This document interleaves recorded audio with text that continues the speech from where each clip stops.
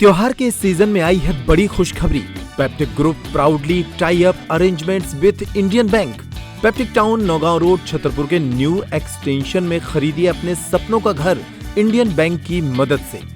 Lowest interest rate और processing fees पर पाइए हाउसिंग लोन। आज ही इन नंबरों पर कॉल करें।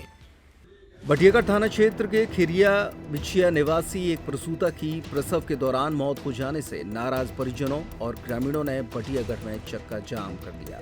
चक्का जाम की सूचना पर बटियागढ़ थाना पुलिस मौके पर पहुंची और लोगों को समझाइश देकर मामला शांत कराया। परिजनों का आरोप है कि गर्भवती महिला पार्वती लोधी को सोमवार को प्रसव पीड़ा के दौरान बटियागढ़ अस्पताल लेकर पहुंचे थे।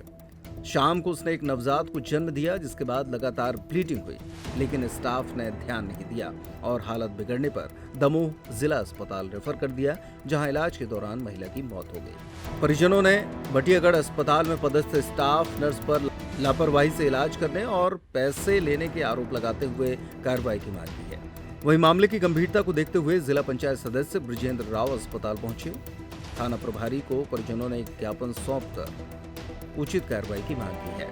अभी तत्काल सूचना मिली थी कि कुछ लोग यहाँ अस्पताल के सामने आकर बैठ गए हैं, तो जैसे ही तत्काल पूरी पुलिस बल के साथ यहाँ आए हुए थे, जहाँ लोगों की बात को समझा तो उन्होंने का कहना था कि उनकी कोई महिला यहाँ डिलीवरी के लिए कल नाइट में भर्ती हुई थी, लेकिन उसकी स्वास्थ्य खराब होने के बाद यहाँ पे रेफ़र कर दिया गया, उसको डिलीवरी भी करवाई गई है, लेकिन वो जिला अस्पताल दमोह में ख़त्म हो गई है। उसी से संतुष्ट होकर लोग यहाँ खड़े हो गए थे।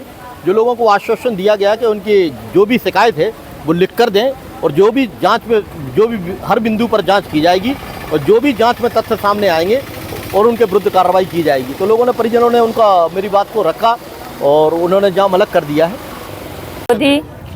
हम गड़ोला से आए हैं, खिरिया की डिलीवरी लेके।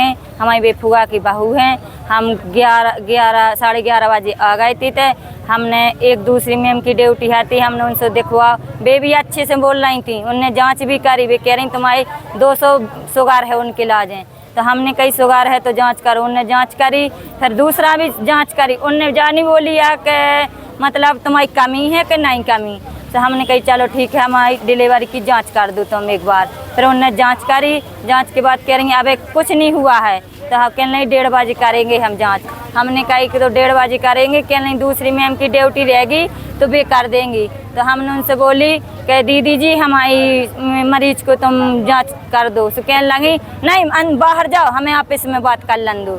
हम भागे आए, हम मरीज तलाफ रहो। हमने फिर बोली इनसे, हमने कही चलो ठीक है नहीं करा दे। हमने 5 बजे देखी, हमने कही 5 बजे तुम हमारे मरीज को देख दो। तो उनने देखो भी है, देखो फिर डिलीवरी भाई डिलीवरी से उनने बहुत भी तकलीफ करवा। हमने कही खाली पेट पर आ रहा, फिर भी नहीं सुनी।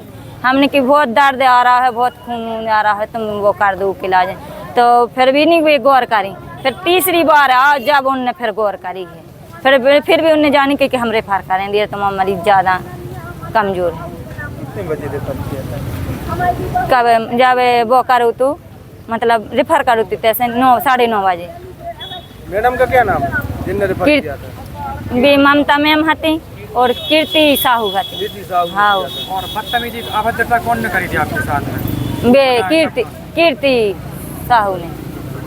और पैसा इससे तो ले आप? हाँ, 600 रुपये कीर्ति मैम लेते और आंटी ने लेते 200 रुपये। 200 रुपये? हाँ। और दर्द कितने बजे से तो आपके? उनको तो मतलब उनको दर्द दो जब तो हम लोग आला आए थे। ज़्यादा दर्द कितने बजे अस्पताल जब आप? उनको 2 बजे से ज़्यादा दर्द होने लगे। 11 बजे। दर्द कितने बजे से? 11 बजे से। 11 बजे। हाँ। और रेफर ने कितने बजे बनाओ?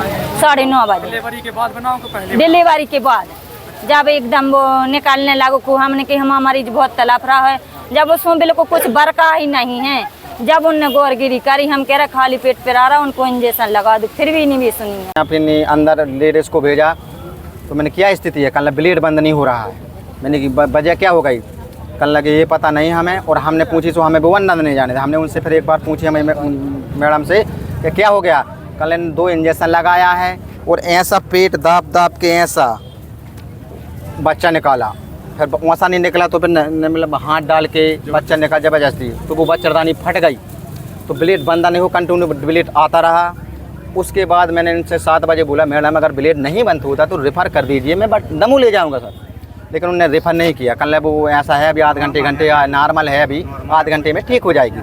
लेकिन मैंने 7:30 बजे भी बोला उनसे कि आप रेफर कर दीजिए मैडम, उनने भी नहीं किया। फिर उनको जाना था आरती में, तो उनने पौने 8 बजे बिना रेफर किए चले आए।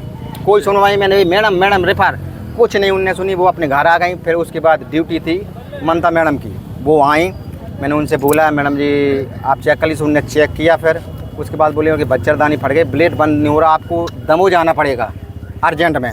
और उन मैडम गई डॉक्टर के पास, तो डॉक्टर आए, डॉक्टर ने चेक किया हर चीज़, उनने डॉक्टर ने रेफर किए, कागज़ बनाए, फिर उन्हें भेजा रेफर कहाँ, दमोह के लिए।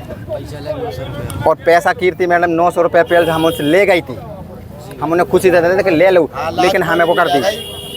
उसके बाद एम्बुलेंस नहीं मिली हमें, एम्बुलेंस यहाँ से नहीं मिली। फिर कोई राजेश तिवारी की एम्बुलेंस है, उनने कोई पैसा नहीं लिया, निर्धन बिल्कुल बिना निःशुल्क कोई पैसा नहीं लिया, उन्हें अस्पताल छोड़ा। मतलब 10:18 हम हो रहे हैं दमोह पहुँच गए। आधी बाटल लग पाई ब्लेड की और 11 बजे ख़त्म हो गई। अब बताइए किसकी लापरवाही क्या है। हम ये चाहते हैं कि जो हमारे साथ हुआ है वो अन्य साथ किसी के साथ ना हो, क्योंकि इनने 4 केस ऐसे पहले हो चुके इनके, क्योंकि वो हैं पैसा वाले, गरीब रहे, ये हैं पैसा वाले साहू मैडम, इसलिए कोई पैसा वाला नहीं, उन्हें कोई नहीं बोला। और अब हमारे इसे आए जो मुद्दा रखे हैं कि जो हमारे साथ हुआ वो किसी के साथ ना हो, और इनका यहाँ से सस्पेंड, क्योंकि इनको कोई नॉलेज नहीं है, हिंदी कोई लिख तो नहीं बनता है। डॉक्टर ये क्या करेंगी, सिर्फ पैसे की डिग्री है, वो बात देखती हैं और क्या करते हैं, और कुछ नहीं है, मतलब है और कुछ